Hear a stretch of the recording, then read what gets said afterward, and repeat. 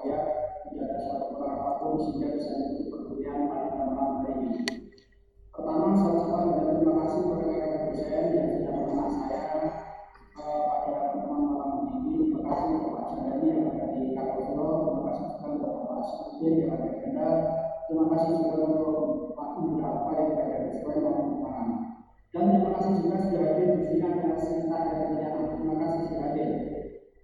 Baik, kita akan mulai pembelajaran pada malam ini yaitu minggu yang kedua, di mana pada minggu yang kemarin kita sudah bahas mengenai konsep daripada sebuah sistem ya. Nah, di sini kita akan bahas mengenai konsep sistem informasi ya, konsep informasi. Sehingga nanti kita bisa membedakan antara sistem dengan informasi. Baik, sebelum lebih lanjut saya bahas tentang materi akan saya sampaikan dulu mengenai tujuan pembelajaran yang saya lakukan pada malam hari ini. Yang pertama adalah mahasiswa mampu membedakan perbedaan antara data dan informasi, siklus informasi, kualitas daripada sistem informasi, dan nilai dari sebuah sistem informasi. Jadi dari tujuan utama kita yaitu membedakan apa sih bedanya antara data dan informasi. Jangan sampai sama antara data dan informasi. Terus yang kedua, dalam sebuah informasi itu ada siklusnya, di dalam informasi juga ada kualitasnya, dan nilai dari sebuah informasi serta beberapa hal yang berkaitan dengan informasi. Yang kedua, mahasiswa mempunyai kemampuan untuk menjelaskan mengenai konsep sistem informasi. Apa yang dimaksud dengan konsep informasi itu seperti apa? Apa saja yang mendukung komponen-komponen sistem informasi itu? Lalu kesalahan-kesalahan apa saja yang terjadi pada sistem informasi dan perkembangan sistem informasi dari masa ke masa. Yang ketiga, mahasiswa mampu memahami mengenai elemen dan arsitektur informasi. Kalau di dalam sebuah informasi itu ada beberapa elemen dan arsitektur atau bangunan untuk mendukung daripada sebuah informasi ini. Yang keempat, mahasiswa dapat menggunakan informasi dalam setiap masalah untuk mengambil keputusan. Jadi hasil akhir atau muara akhirnya adalah yaitu mahasiswa ini bisa menggunakan sistem informasi di dalam mengambil keputusan seperti itu. Jika kita sudah mendapatkan sebuah informasi, maka pengambilan keputusan itu akan menjadi lebih sedikit mudah jika dibanding ketika kita tidak mendapatkan informasi apapun seperti itu.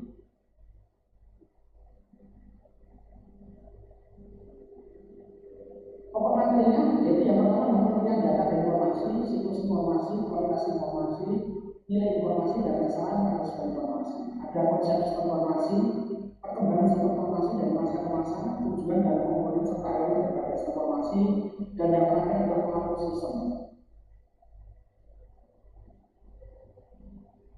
Pengertian data menurut para pakar, salah satu diantaranya adalah Jogjakarta. Apa yang disampaikan Jogjakarta mengatakan data adalah kenyataan yang menggambarkan suatu kejadian-kejadian dan kesatuan nyata. Kejadian-kejadian itu adalah sesuatu yang terjadi pada saat di sini sudah dijelaskan bahwa data itu adalah merupakan kenyataan yang menggambarkan suatu kejadian. Kejadian itu menunjukkan sesuatu yang terjadi pada saat tertentu. Data didefinisikan sebagai simbol yang memperlihatkan properti dari objek kejadian dan dari kondisi lingkungannya merupakan produk dari pengamatan. Jadi ketika kita melakukan sesuatu yang melihat sesuatu melakukan observasi, ya di situ dianggap kita memperoleh data seperti itu. Ya, kita melakukan pengamatan, ya observasi di lapangan, maka kita bisa memperoleh data. Dengan kata lain, bahwa data adalah masih mentah. Data ini masih mentah kalau di situ ya, dan melekat hanya pada dunia sendiri ya, dan tidak ada akun lain yang menunjukkan keberadaan sendiri.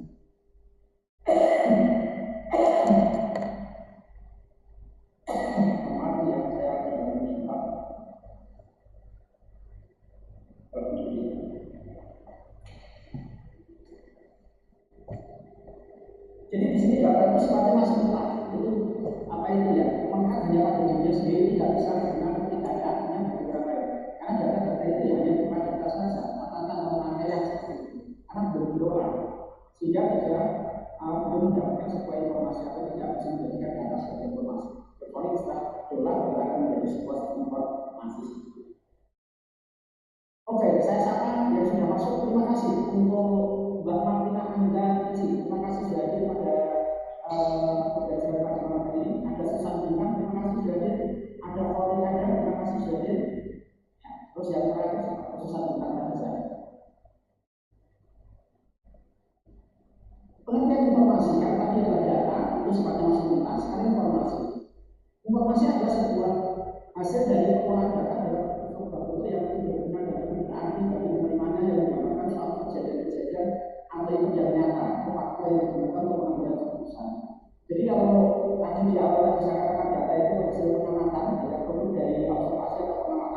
Nah, hasil pengamatan itu setelah diolah menjadi sebuah informasi. Ini menurut yang disampaikan oleh Sugianto. Sedangkan Lauden, informasi data yang sudah dibentuk dalam format yang memiliki arti bagi manusia. Jadi betul yang sudah diolah dalam bentuk format macam-macam di sini ya, itu yang dikatakan informasi adalah data yang sudah dibentuk dalam format yang memiliki arti. Jadi sudah dibentuk sedemikian rupa sehingga memiliki arti data tersebut. Nah, hasil output daripada informasi ini ya macam-macam seperti itu ya. Tidak hanya berupa teks saja atau grafik.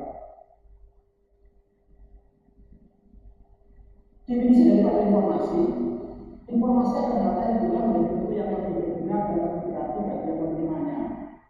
Jadi informasi itu akan tepat atau berguna, ya akan berguna dan lebih berarti bagi yang menerimanya. Tentunya adalah yang melapang. Kalau informasi ini disampaikan dan tidak tepat, ya tidak ada artinya seperti itu, tidak ada artinya seperti itu.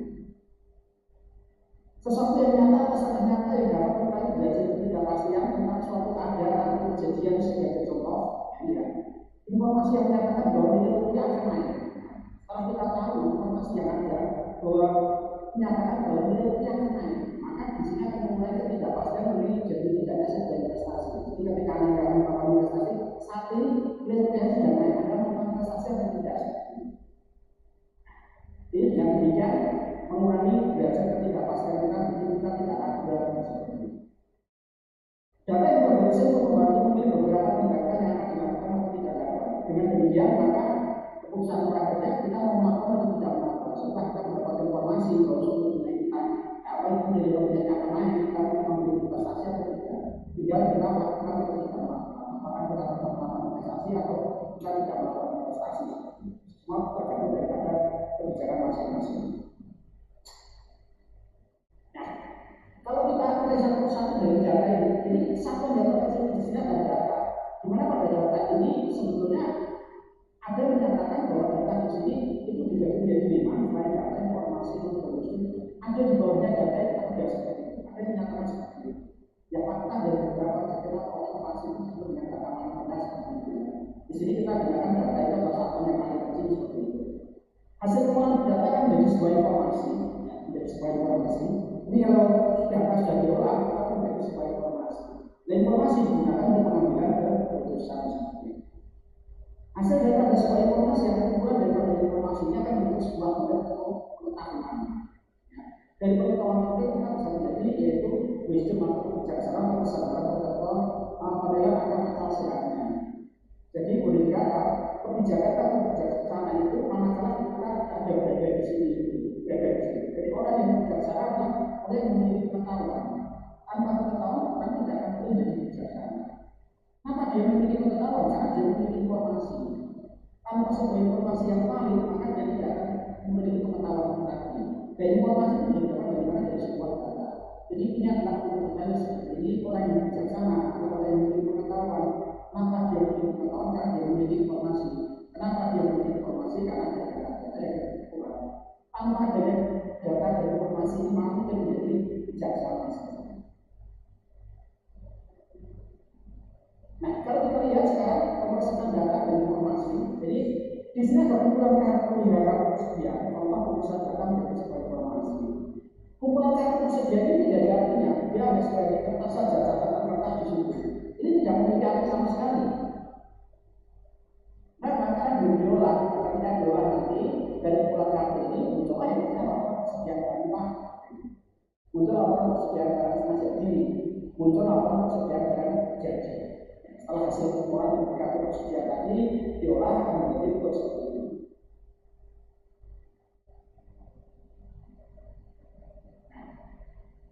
Proses data menjadi informasi ini contohnya adalah informasi laporan jumlah persediaan data guna bagi rezeki dalam penyediaan bahan yang harus diikuti. Nah, dengan demikian pada laporan informasi mengenai persediaan data kita masih banyak, kita tidak perlu menguji. Tapi begitu kita melihat informasi yang ada persediaan data kita sudah menipis habis, segera kita melakukan pembelian. Maka di sini menjadi tidak ragu melakukan sesuatu kemudian tidak membeli itu menjadi jelas karena kita bisa melihat dari laporan yang ada di BKP tadi menyatakan bahwa persediaan data kita adalah habis. Yang kedua, informasi laporan jumlah persediaan data akan jadi berguna bagi manajemen dalam menetapkan skala prioritas produksi.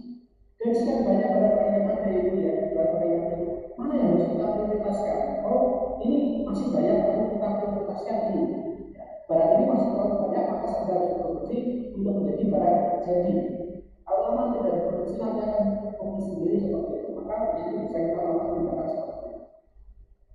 Yang ketiga, informasi apa juga persejarah jadi yang benar berfungsi untuk membuat kebijakan promosi penjualan. Setelah kita tahu bahwa produk-produk yang ada di bidang itu ternyata masih banyak barang-barang yang tidak laku, kita salah satu barang yang tidak kita laku. Maka dengan supaya barang ini bisa laku, maka bisa dilakukan yang tadinya promosi. Kita ada diskon yang besar-besaran atau sekitarnya dengan model sekali kita beli kecil juga, beli 2 dikasih 3, beli 4 dikasih 5. Model-modelnya harus seperti ini. Jadi menentukan ya. Dengan demikian dari data yang kita tadi menjadi sebuah informasi, dari informasi kita gunakan untuk mengambil keputusan dan salah satunya bakal tadi persediaan digunakan untuk promosi, digunakan untuk prioritas produksi, menggunakan untuk berbeda. Informasi laporan persediaan kita setengah jadi dan barang jadi digunakan bagi manajemen dalam melakukan uang perusahaan bagi akhir tahun yang tertentu. Silakan masuk.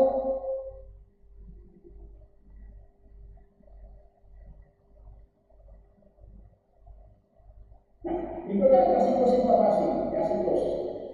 Bagi Anda, remaja putri dan roti tahu betul apa yang dimaksud dengan siklus. Kalau remaja putra mau beberapa siklus tidak paham, tapi kalau putri, remaja putri dan roti itu paham betul apa yang dimaksud siklus. Ya siklus itu perputaran dari T0, 1, 2, 3, 4, 5, 6, 7, 8, 9, kembali ke 0. Nah seperti ini. Jadi yang pertama apa? Data kita tangkap, ya. Dari data kita tangkap, ada fenomena yang berlaku, data kita tangkap, setelah itu kita masukkan datanya. Setelah dimasukkan datanya, selanjutnya diproses. Nah, diproses pertama di basis data, hasil pemrosesan menjadi sebuah informasi. Nanti kita akan teruskan outputnya menjadi sebuah informasi. Nah, informasi digunakan untuk penerima informasi untuk pengambilan keputusan tadi. Dari penerima ini digunakan untuk pengambilan keputusan maka tindakannya apa? Dilakukan setelah melihat seperti itu. Maka hasil tindakan yang dilakukan adalah seperti ini, kembali ke data itu apa. Jadi data kita tangkap ada yang jelek, kita perbaiki, kita masukkan lagi dari hasil tindakan ini kembali lagi ditangkap kembali terus kita seperti itu.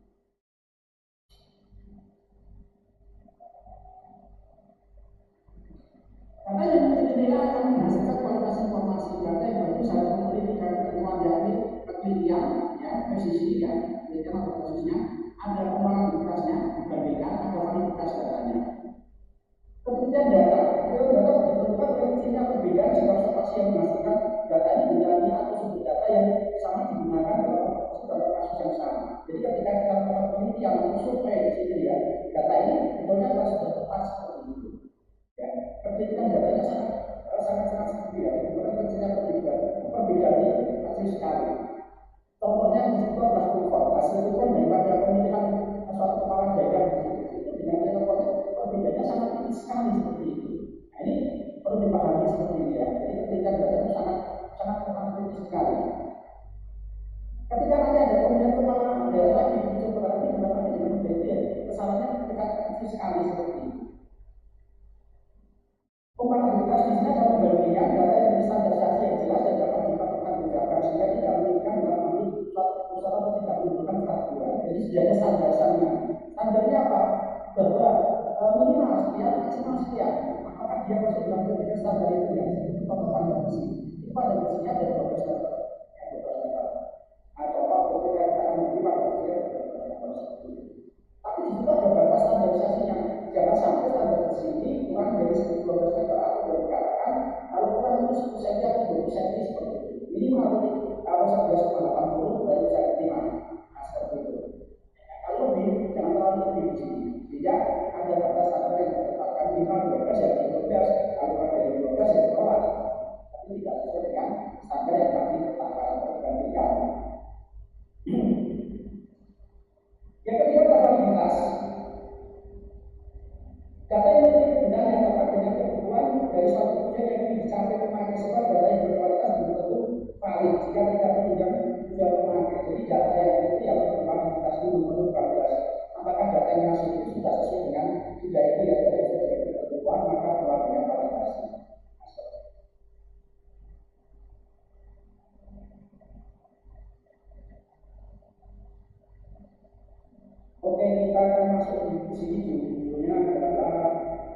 kualitas daripada sebuah informasi. Jadi informasi yang ada itu ya harus ditentukan di sini.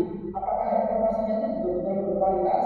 Nah, kalau informasi itu berkualitas ya harus akurat. Akurat itu artinya apa? Komplit seperti itu, tidak boleh setengah-setengah. Ya kualitas tidak berarti yang informasi yang dihasilkan dibutuhkan harus memiliki kebenaran. Security berarti informasi yang dihasilkan atau dibutuhkan harus memiliki keamanan. Jangan sampai tidak memiliki keamanan. Kualitas informasi harus tetap bagus. Kalau informasi yang menarik ya berarti sudah tidak pas. Bahwa suku bunga sekarang ada suku bunganya adalah sekian persen seperti itu. Tapi kemarin bukan sekarang. Hari ini suku bunganya adalah sudah 0,75. Kalau kemarin 0,50. Jadi sudah beda, tidak tepat waktu.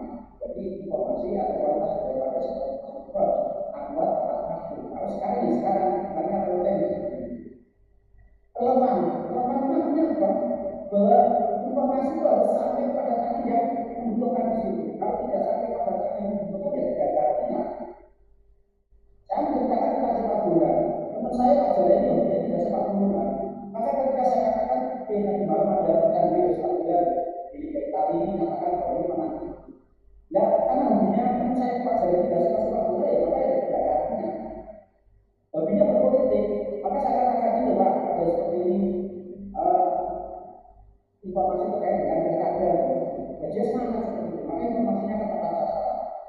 Jadi relevan seperti itu pakai bagaimana. Kalau tidak ada kaitannya dengan itu ya maka tidak tepat. Yang tepat adalah nilai ekonomi. Jangan sampai mendapatkan informasi kita membutuhkan biaya besar seperti itu. Maka harus kualitas daripada informasinya harus nilainya ekonomis. Oke, sampai sini kita tanyakan silakan.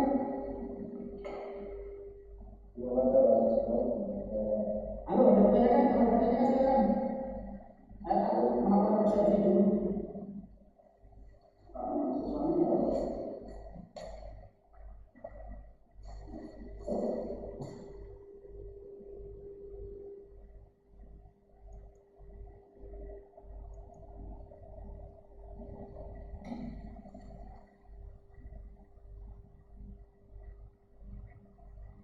Kalau mau bertanya silakan bisa chat langsung ya untuk teman-teman yang ada di Zoom ya. Apa yang ada ditanyakan? Mbak Firda, ada yang bertanya silakan bisa terus di chat atau mau buka langsung ya. Aulia, ada yang bertanya? Martina, ada yang bertanya? Putri Jastuti, Pauline ada yang bertanya? Sinta Herdian, Susan Biman, ada yang bertanya? Silakan kalau bertanya bisa dituliskan catnya.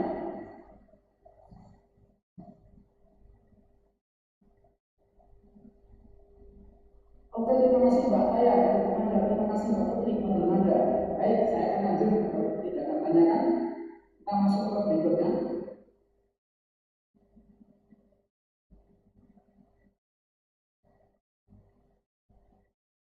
Nilai daripada sebuah informasi. Nilai informasi ini harus mudah didapatkan itu mudah dalam memperolehnya. Jangan sampai informasinya sulit untuk didapatkan, itu tidak tepatnya. Sifatnya luas dan kelengkapannya atau penelitian, jadi ada aplikasinya sifatnya luas. Menurut bercocokkan dengan pengguna dua tadi. Kalau tadi tidak cocok dengan itu ya tidak pas. Ketepatan waktu di depan tadi sudah waktu. Kalau berikutnya akan bisa dalam seperti itu ya kejelasan atau kualitasnya di sini ada fleksibilitas perusahaan dapat dibuktikan bahwa informasi ini betul-betul bisa dibuktikan jangan sampai salah informasinya seperti itu dapat dibuktikan dan dapat juga diukur jangan sampai kita bicara sangat tinggi tapi tidak dapat diukur seperti itu maka harus dapat dibuktikan dan dapat diukur seperti itu tidak subjektif ya tidak ada prasangka seperti itu jadi ketika kita mendapatkan informasi ya tidak ada subjektif ya. Apa yang sudah sesuatu yang ada dia sifatnya harus subjektif tidak ada prasangka di situ seperti itu.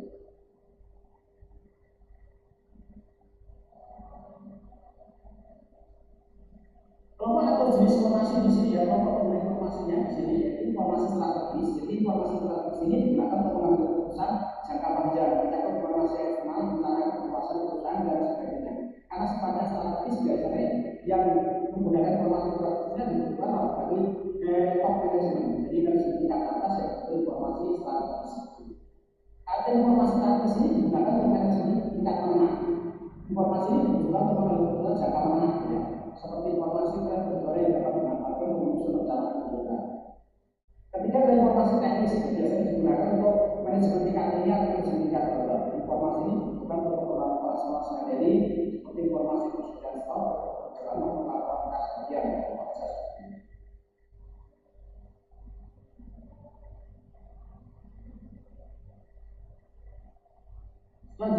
sistem informasi ada kesalahan informasi ya, kesalahan informasi untuk berbagai database. Kesalahan informasi adalah antara lain disebabkan hal sebagai berikut. Ya. Informasinya bisa menjadi salah jika metode pengumpulan dan pengumpulan data yang tidak tepat.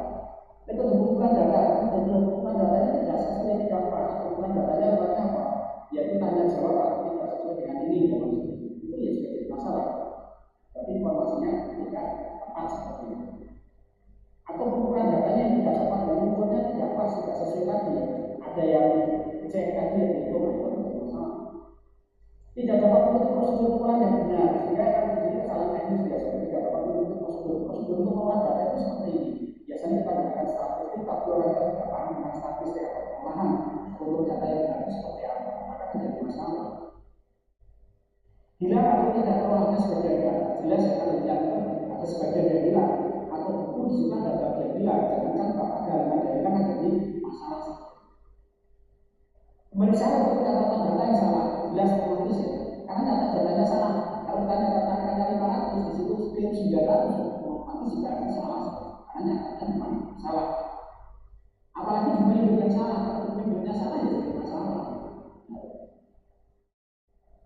Nah, contoh aja di sini ya. Kalau di buku induknya ada kakaknya di situ ya, dicarinya namanya siapa? Jailani. Ternyata pakainya Z, tapi di situ kakaknya pakai J, Jailani. Jadi banyak buku induknya, maka kalau buku induknya salah, namanya Jailani, di situ akan terus seperti itu. Itu buku induknya, kita dari buku induknya sudah tahu namanya bukan apa. Kesalahan dalam prosedur pengolahan, contohnya kesalahan program aplikasi komputer yang digunakan. Kalau ini kan kesalahan komputer ya, bisa terjadi. Kesalahan dunia ini bisa terjadi, tetapi akan menyebabkan salah informasi juga seperti itu ya. Jadi kesalahan dalam prosedur pengolahan dan perkembangan. Kesalahan yang dilakukan dengan salah sengaja sabotase jelas. Sabotase jelas salah ya. Anda tuliskan angka 500, dituliskan angka dari sekian 200, itu jadi masalah.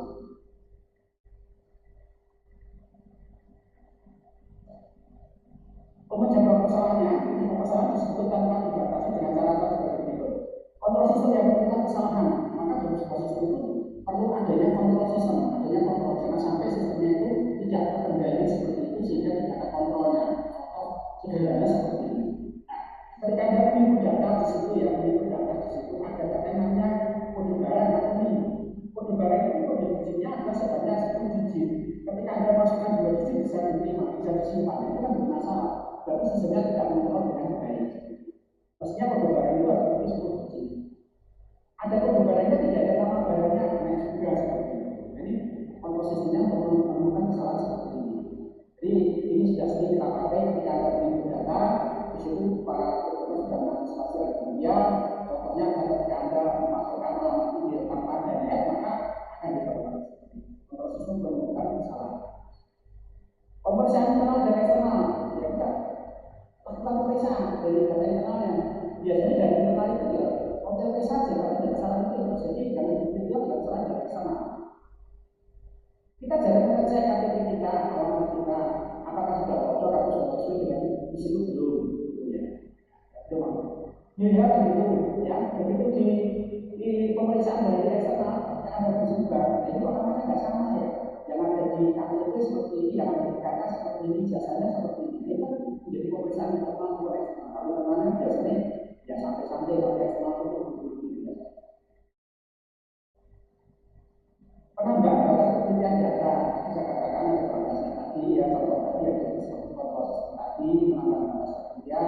Kalau tidak ini tidak batas aksesnya seperti itu. Datanya, atau kalau timnya tadi 10 digit atau berbayar 10 digit, ya 10 digit jangan sampai kurang seperti itu. Dan di situ ada perubahan apa adanya harus ada namanya, sampai tidak ada, tidak kuat. Instruksi dari pemakai yang merupakan salah baik dapat menilaikan adanya kesalahan-kesalahan yang mungkin terjadi di instruksi yang salah itu saja. Lanjut ke sistem informasi ya. Definisi daripada sistem informasi. Sistem informasi adalah sekumpulan data dan informasi yang kita berbicara mengenai sistem informasi saat ini, sekarang ini. Ini adalah merupakan kumpulan data. Ada hardware-nya, ada laptopnya, ada mesinnya, ada software, ada perangkat lunaknya, ada hardware-nya, ada orangnya,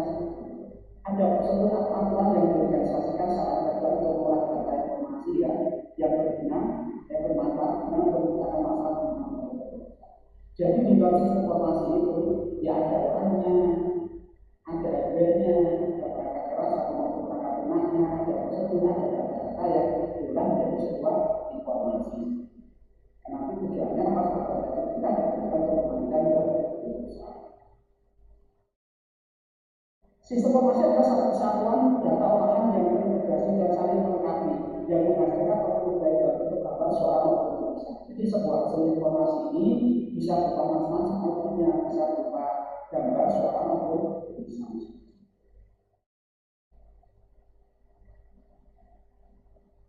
Sifat daripada informasi yaitu pemrosesan informasi yang efektif. Hal ini berhubungan dengan pengujian data yang masuk tadi, memakai perangkat keras dan perangkat lunak yang sesuai. Manajemen informasi yang efektif, dengan kata lain operasi manajemen keamanan dan kebutuhan data yang ada harus diperhatikan. Jangan sampai kita membangun sebuah informasi tanpa memperhatikan yang keamanannya. Perusahaan sistem informasi data cukup luas untuk menangani satu macam operasi dan tidak hanya satu operasi saja. Kepuasan pemakai, hal yang paling penting adalah pemakai mendapatkan manfaat dan puas terhadap sistem. Nah ini yang agak ini sifat daripada informasi. Kadang-kadang manusia itu kadang-kadang sulit untuk itu ya, maka kepuasan pemakai kan kadang-kadang ya tergantung daripada si pemakainya ini. Kalau dia paham tentang sistem ya tidak ada masalah, kalau dia tidak paham tentang sistem ya jadi masalah. Karena dia tidak memahami maunya sistem itu ya sesuai dengan keinginan dia. Sepertinya itu kalau saya tidak ada saat ini sudah ditampilkan. Ya kayak masih sekolah, saya ingin tahu siapa ini, saat ini sudah ada, jadi tidak perlu mencari informasi, tapi langsung informasi itu didapatkan seperti ini. Saya butuh hari ini, jadwalnya siapa, linknya apa, mana, langsung dapat. Ini tergantung daripada si bisa. Kemampuan sistem informasi saat ini tidak perlu dilakukan lagi, sudah kita rasakan ya, memiliki kecepatan akses tinggi, high value komputasi namanya cukup tinggi ketika kita melakukan perhitungan kita dan kemampuan kita untuk itu ya, kalau ada membelajar lebih lanjut yang ini cepat kalau kita hitung berapa ini karena berapa digit itu 2 digit saja sudah susah, 17 kali karena kita berapa itu 20 digit, belum lagi nanti 3 digit 320 kali 321 berapa itu kita mikir. Tapi dengan komputasi namanya ini bisa masukkan aja apa yang ada tadi, 3 digit, 5 digit akan dijawab oleh komputer dalam hitungan detik.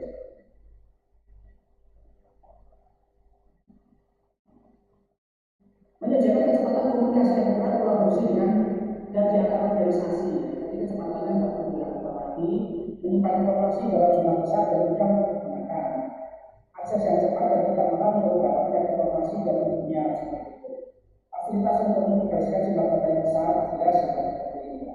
Meningkatkan aktivitas dan efisiensi dari orang yang bekerja dalam kelompok dalam satu tempat atau dalam lokasi yang berbeda dengan saja, otomatisasi proses ini dalam kerjaan manual.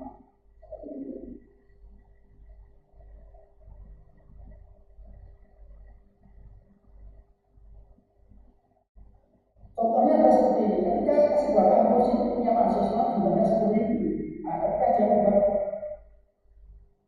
skripsi seperti itu, skripsi atau tugas akhirnya seperti itu kalau dibutuhkan di perpustakaan setiap tulis itu 10.000, setiap tulis 10.000 kan jadi masalah gitu ya, maka mungkin uangnya nggak cukup. Nah saat ini itu penyimpanan seperti itu sudah tidak ada lagi seperti itu. Kita tidak ada kata saja sudah disimpan di cloud seperti itu ya, atau kita bisa simpan dalam bentuk flash seperti itu. Pasti ukurannya sudah luar biasa sekali, tidak ada dalam bentuk ukurannya beda, sudah peta di atas sudah masih ada peta dan sebelumnya ada standar biayanya sekali. Pengembangan informasi dari masa ke masa, pengolahan data pada tahun 50-an sampai 60-an ya di Indonesia masih jadi hal yang tidak diinginkan, masih ada masih punya peran seperti itu ya. Informasi manajemen tahun 60-an sampai 70-an, sistem perusahaan tahun 70-an sampai 80-an, sistem pendukung strategis ya di akhir tahun 80-an, sistem komputasi di akhir, ada informasi eksklusif, expert sistem atau sistem akar, atau sistem habis, tidak. Sistem informasi strategis, ACE ya, enterprise global dan internet banking dan sistem informasi internet. Nah ini kalau saya katakan seperti ini ya, dari masa ke masa, dari tahun pengolahan data tahun 46, kita masuk ke tahun 64, di tahun 10 sudah ada SIM, tahun sekian sudah ada ini, muncul kembali ACE, ya, sistem, tahun sudah ada DSS, sistem keputusan, informasi sistem tahun 90, itu kan di sini ada otomatisasi kantor di sini ya. Tahun 2003 ada sistem informasi di sini ada sampai pada tahun ini belum sampai pesawatnya nggak sampai tahun 2008 ya.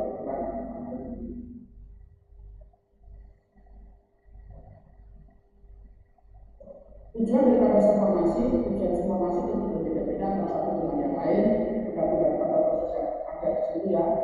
Sistem informasi untuk transaksi, sistem otomatisasi kantor, ada sistem informasi manajemen, ada sistem penghubung keputusan, ada sistem keputusan bulanan, ada sistem penghubung keputusan kelompok, ada sistem penghubung eksekutif. Yang perlu diperhatikan bahwa dalam sistem informasi itu memiliki komponen itu bagian-bagian yang bangsa sudah jelaskan di tentang sistem. Kalau sistem itu merupakan kumpulan dari beberapa komponen yang bentuk suatu kesatuan atau kondisi. Dan di dalam sistem itu ada beberapa komponen. Komponennya di antara ada komponen masukan, ada komponen model, ada komponen outputnya, ada komponen teknologinya, ada komponen perangkat lunaknya atau softwarenya, terus ada komponen basis data dan ada komponen control. Elemen daripada suatu informasi diantaranya di situ ada orang atau prosedur atau perangkat kelasnya, ada perangkat lunaknya ya. Jadi suatu informasi itu ada orangnya, tapi kan ada hardware-nya, ada prosedurnya, ada perangkat kelasnya atau hardware-nya, ada perangkat lunaknya juga di situ ya. Disebut dengan apa? Software-nya seperti itu. Terus ada basis data berjaringan komputernya, ada komunikasi data, terus berikutnya ada hal lain. Oke, sampai di sini dulu kan ada pertanyaan, kalau bertanya silakan. Kita minum dulu sebentar.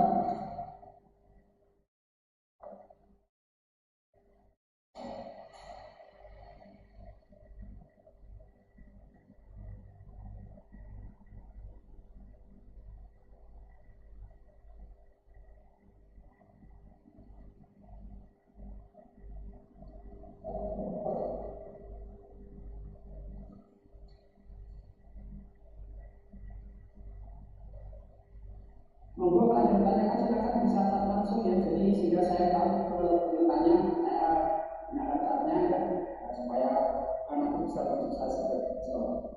Pelaku sistem ya, pelaku sistem. Pelaku atau pengguna atau user atau pemakai seperti itu adalah pelaku yang terpenting karena sistem diciptakan untuk pemakai dan melalui komunikasi dengan pemakai sistem dibuat dan dirancang sehingga mencapai bentuk terakhirnya. Keinginannya itu seperti apa, bentuknya seperti apa. Akademiknya pemakai dibagi menjadi 3 jenis, yaitu pemakai tingkat operasional ini untuk tingkat manajemen kartu tingkat bawah tadi ya. Di sini kepada pemakai atau user di sini ya yang penting apa? Bagaimana warnanya, seperti apa perangkatnya, masukannya dan spesifikasinya. Umumnya user atau bagian operasional tidak akan dengan sistem secara keseluruhan dan cenderung lebih karena sistem secara detail. Jadi dia paham secara detail, tidak secara operasional. Yang kedua adalah pengawas. Yang penting bagaimana mereka dapat mengawasi sistem bekerja dan bagaimana informasi pemakaian operasional mengoperasikan sistemnya. Atau pengawas itu mengawasi operasi operasional apakah dia sudah sesuai ya, bisa menggunakan perangkatnya tadi. Yang ketiga adalah SPP. Secara umum mereka tidak terpapar dan terkait secara langsung dengan pengembangan sistem, pengembangan sistem ya. Biasanya laporan ini lebih berminat pada yang bersifat strategi dan potensi secara global. Misalnya kesempatan untuk berkompetensi baru yang bisa mendapat, yang bisa mereka dapatkan dari sistem baru yang ada. Manajemen. Di sini kita akan lihat umumnya terdiri dari 3 jenis manajemen, yaitu manajemen pemakai, menangani pemakai di mana sistem baru diterapkan, manajemen pemakai atau operasional tadi ya. Manajemen sistem terlibat dalam pengembangan sistem itu sendiri ya. Jadi kalau dia manajemen pemakai ya terlibat dalam pasti sementara manajemen sistem dia terlibat dalam pengembangan sistemnya. Manajemen umum yang terlibat dalam strategi perencanaan sistem dan sistem hukum dan manajemen umum adalah indikator yang menentukan sistem tersebut. Pemeriksa ya, ukuran sistem yang dikerjakan dalam bentuk alami organisasi di mana sistem itu diimplementasikan dapat menentukan kesimpulan atau tidaknya pemeriksa. Biasanya pemeriksa juga tergabung menjadi satu, tergantung daripada perusahaan atau institusi atau organisasinya. Pemeriksa bisa menentukan segala sesuatu berdasarkan ukuran standar yang diberikan kepada banyak perusahaan sejenis. Analisa fungsi daripadanya adalah analisa sistem. Adalah seorang arkeolog yang menelusuri bagaimana sebenarnya sistem lama berjalan, bagaimana sistem tersebut dijalankan, dan segala hal yang menyangkut sistem lama. Jadi dia akan terjun ke lapangan terlebih lagi. Jadi seorang arkeolog ini biasanya pandai untuk komunikasi, dia sifatnya seperti itu, pandai untuk melakukan komunikasi. Kalau seorang arkeolog atau seorang analisa tidak pandai melakukan komunikasi, akan jadi masalah. Maka sistem tidak, atau analisanya tidak akan sesuai dengan yang diharapkan. Inovator yaitu membantu mengembangkan dan membuka wawasan pemakai dari kemungkinan lain. Jadi kita namanya inovator.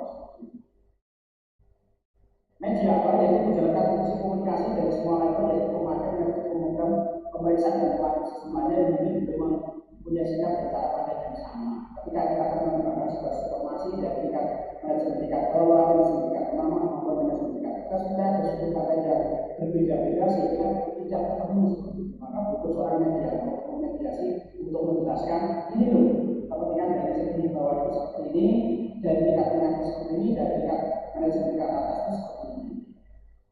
Bagi mediator. Yang kedua, pimpinan proyek sebagai itu lebih berpengalaman dari program dibutuh dalam pekerjaan lebih dahulu sebelum program kerja yang kita jelaskan. Yang pertama ini adalah pimpinan proyek. Pendesain atau seorang desainer ya, pendesain sistem menerima hasil penganalisa sistem membuat pemakai tidak berorientasi pada teknologi tertentu yang kemudian ditransformasikan ke desain arsitektur tingkat tinggi dan tingkat diinformasikan ke teknologi. Setelah hasil analisa ini, ya, hasil analisa diberikan kepada desain sistemnya. Maka desain sistem akan merancang hasilnya dan desain tersebut diberikan kepada seorang pemrogram yang kita sebut dengan programnya. Setelah selesai, maka akan dicoba dulu di bagian personal pengotasian, diagram dan bekerja di pusat komputer, misalnya jaringan keamanan perangkat kerasnya, keamanan perangkatnya, dan seterusnya. Ada pelaku sistem ini memang tidak diperlukan karena sistem yang berjalan tidak bisa membutuhkan kualifikasi khusus untuk operasinya. Ya, jadi kayak gini. Di dalam mengembangkan sebuah informasi yang pertama adalah infonya dulu. Infonya itu kita dulu, ya, dia ada sebelum pengembangan sistem itu dikerjakan. Maka pimpinan proyek itu ada. Setelah itu pimpinan proyek nanti ketika mendapatkan job untuk mengembangkan sebuah informasi akan menugaskan kepada seorang pendesain tadi, ya, seorang analis tadi. Tugas analisis itu ada dua, tapi ada manfaat tadi ya. Maka tugas seorang arkeolog ini akan mesti jejak masa lampaunya di situ, jejak sistem yang ada atau sistem yang berjalan itu seperti apa. Hasil dari analisannya akan diberikan kepada seorang desainer. Jadi yang pertama adalah intro, dilanjutkan dengan seorang analis tadi, analis. Hasil analisanya akan diberikan kepada seorang desainer tadi. Maka seorang desainer ini akan merancang programnya sesuai yang dihasilkan dari analisa tadi. Setelah selesai, maka desain rancangan ini akan diberikan kepada seorang programmer untuk mengerjakan programnya. Ini loh rancangan programnya itu seperti ini, desainnya seperti ini. Silakan dibuat programnya. Setelah programnya selesai, maka dari programnya akan diberikan kepada quality asuransi ya. Ada seorang yang untuk mengecek apakah data yang dikerjakan oleh seorang program itu sudah dicobakan seperti itu, yaitu pada penggunaan pemakai yang sebelum diterjunkan ke lapangan adalah yang memberikan kualifikasi terlebih dahulu, mengontrol dulu. Baru nanti akan dilempar ke asuransi. Oke, untuk data dan pernyataan yang menggambarkan suatu kejadian-kejadian dari sahabat nyata, kejadian-kejadian level sesuatu yang terjadi pada saat tertentu. Informasi adalah sebagai hasil dari pengolahan data dalam suatu bentuk yang berguna dan berarti bagi penerimanya yang menggambarkan suatu kejadian-kejadian yang nyata atau faktual yang digunakan untuk pengambilan keputusan. Kualitas informasi terdiri dari 4, yaitu ada akurat, informasi itu harus tepat akurat, juga tepat waktu, relevan, dan ekonomis. Informasi ada sifat data atau software, bandwidth, prosedur, dan aturan yang diorganisasikan secara detail untuk mengolah data menjadi informasi yang bermanfaat dengan memecahkan masalah dalam pengambilan keputusan. Terima kasih. Kalau ada yang ditanyakan, silakan monggo.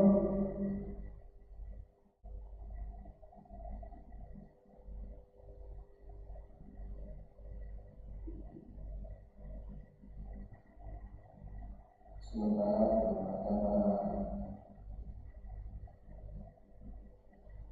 mana semua ada pertanyaan?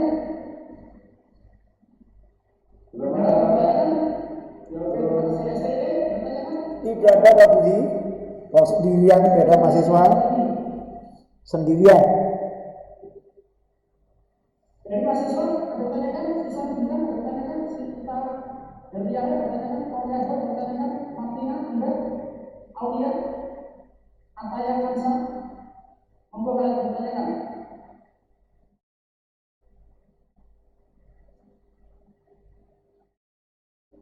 Baik, kalau tidak ditanyakan, kita akhiri dulu pembelajaran kita pada malam hari ini. Terima kasih Pak Budi. Di depan. Terima kasih Pak Budi. Kalau tidak ditanyakan.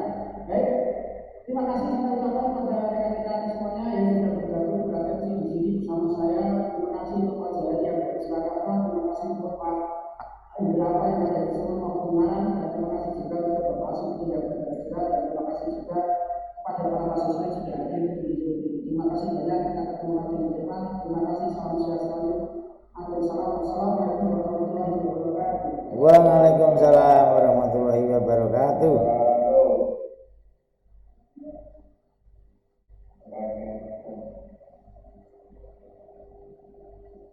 Dipun bersyarani saya Pak Budi tambah tua tambah sabar.